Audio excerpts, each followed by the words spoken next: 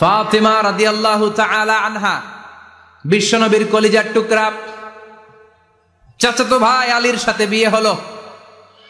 আলী যখন প্রস্তাব দিল ফাতেমার কাছে যে বলে, ও ফাতেমা রাজি আছো কিনা? চুপচাপ, কথা কয় না। বিশ্বনবী বুঝলেন রাজি, দুইজনকে বিয়ে পড়িয়ে দিলেন। বিয়ে পড়িয়ে দুইজনকে দাঁড় করিয়ে দিয়ে বিশ্বনবী ওযু করলেন। ওযু করার পরে সামান্য কিছু ওযুর পানি ছিল আলীর মাথার মধ্যে ছিটিয়ে দিলেন, বরকতের পানি। সুবহানাল্লাহ কইবেন না? সুবহানাল্লাহ। ওযু করে সাইয়েদনা আলীর মাথার মধ্যে ছিটিয়ে দিলেন আর দোয়া করে দিলেন, বারাকাল্লাহু লাকুমা ওয়া বারাকা আলাইকুমা ওয়া জামাআ বাইনাকুমা ফি খাইর।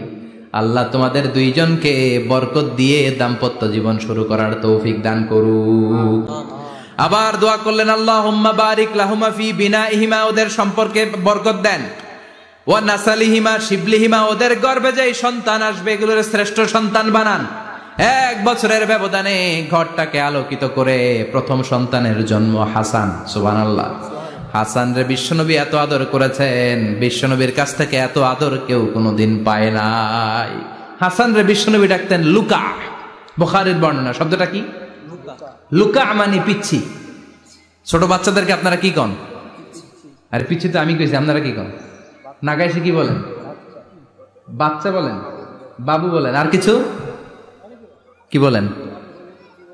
আর আর কিছু নাই। তাহলে এই যে বাবু পিচ্ছি, হ্যাঁ, এই বাবু পিচ্ছি আরবি হচ্ছে লুকা। বিশ্বনবী ফাতেমার ঘরে এসে বলতেন, আইনাল লুকা, পিচ্ছিটা কই রে? আমার হাসান কই, আমার নানা ভাই কই? আর বিশ্বনবীর আওয়াজ শুনলে হাসান এসে বিশ্বনবীর কাঁধে। আল্লাহু আকবার, আল্লাহু আকবার। বিশ্বনবী বলতেন, ফাতেমা আমার কলিজার টুকরা, যে ফাতেমারে কষ্ট দেয় সে আমারে কষ্ট দেয়, ফাতেমারে আনন্দ দেয় মানে আমি বিশ্বনবীরে আনন্দ দেয়।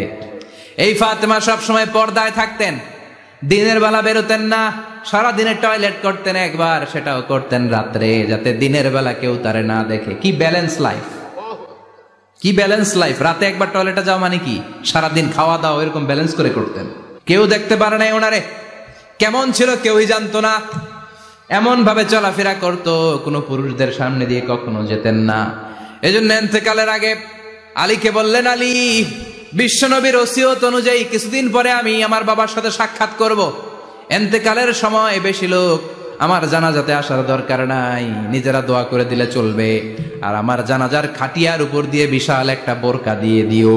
এটার আরবিতে বলে নাউশ। কি বলে? এই প্রথম কোন নারী তার খাটিয়ার উপরে নাউশ ব্যবহার করেছে, জন্য এটাকে বলে সুন্নাতু ফাতিমা, ফাতেমার সুন্নাত। সাইয়েদাতুনা ফাতেমার আগে কেউ জানাজার খাটিয়াতে নাউশ ব্যবহার করে নাই। আল্লাহু আকবার, আল্লাহু আকবার। আলীকে বলে গেলেন, আলী, অল্প কয়েকজন পুরুষ নিয়ে জানাজা দিও, বেশি মানুষের কাছে আমারে নিও না। দুনিয়ার বুকে আমি লুকিয়ে লুকিয়ে চলতাম, মরার পরে লুকিয়ে লুকিয়ে আল্লাহর কাছে চলে যেতে চাই, পুরুষদের সামনে আমারে নিও না। ও মা, এই ফাতেমার জীবনী থেকে আপনার জন্য শিক্ষা হলো পর্দা। সব সময় পর্দাটা দেহে থাকার দরকার আছে না নাই? রাজি আছেন তো?